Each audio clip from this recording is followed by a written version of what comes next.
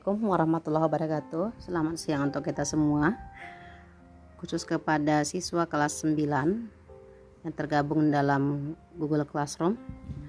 Untuk materi selanjutnya kita akan membahas tentang membaca buku sebagai bahan tambahan pemahaman kamu untuk teks laporan percobaan.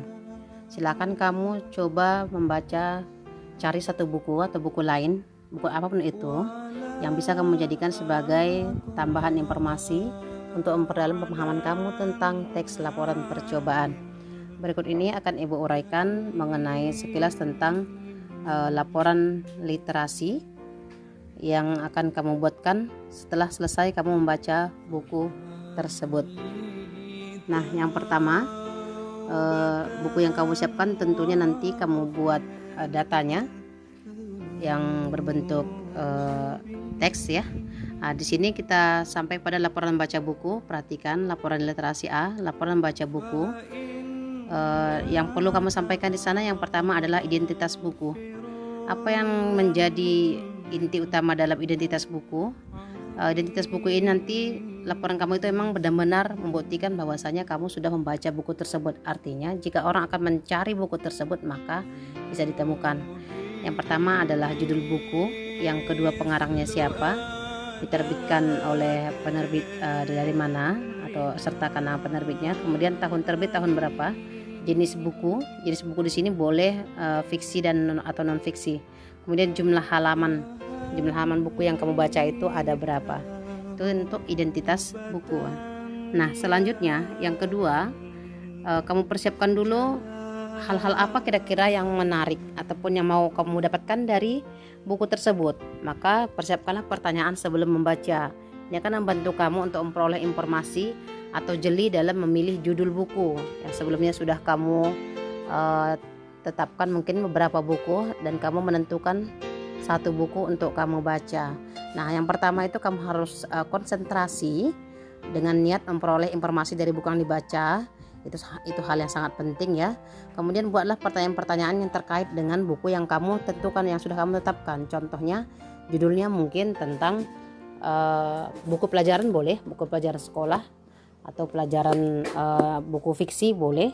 Kamu tentukan judulnya. Kemudian setelah kamu judul, kenapa judul itu menarik bagi kamu? Kamu buat dulu pertanyaan sekilas untuk kamu menjadi bagian inti yang harus kamu carikan nanti. Yang kedua, berkaitan dengan judul tadi, apakah kira-kira cara kita selama ini sudah benar? Contoh mungkin judulnya adalah pola hidup sehat.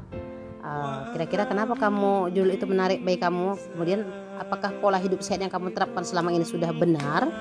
Nah, itu dia, kamu siapkan pertanyaannya. Kemudian apa manfaat yang dapat kita peroleh dari membaca buku ini? Ini kamu siapkan terlebih dahulu sebelum membaca buku.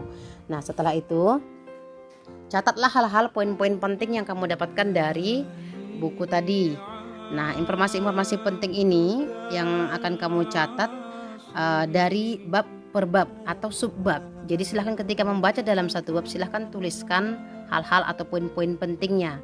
Ini hampir sama dengan sejenis kita merangkum isi buku yang kita baca bab demi bab. Nah, selanjutnya ada pertanyaan ataupun tanggapan. Pertanyaan di atas tadi pertanyaan sebelum membaca, di sini pertanyaan atau tanggapan. Ketika kamu membaca mungkin ada hal-hal yang kamu tidak paham, maka buatkanlah pertanyaan yang berkaitan dengan hal tersebut, sehingga nanti ada hal-hal yang belum kamu pahami dalam buku, boleh kamu cari ataupun kamu tentukan, tuliskan di sana. Oke, kita masuk yang ketiga, yaitu yang kedua, bentuk laporan membaca buku. Baik buku fiksi atau non fiksi, itu bentuk laporannya seperti apa?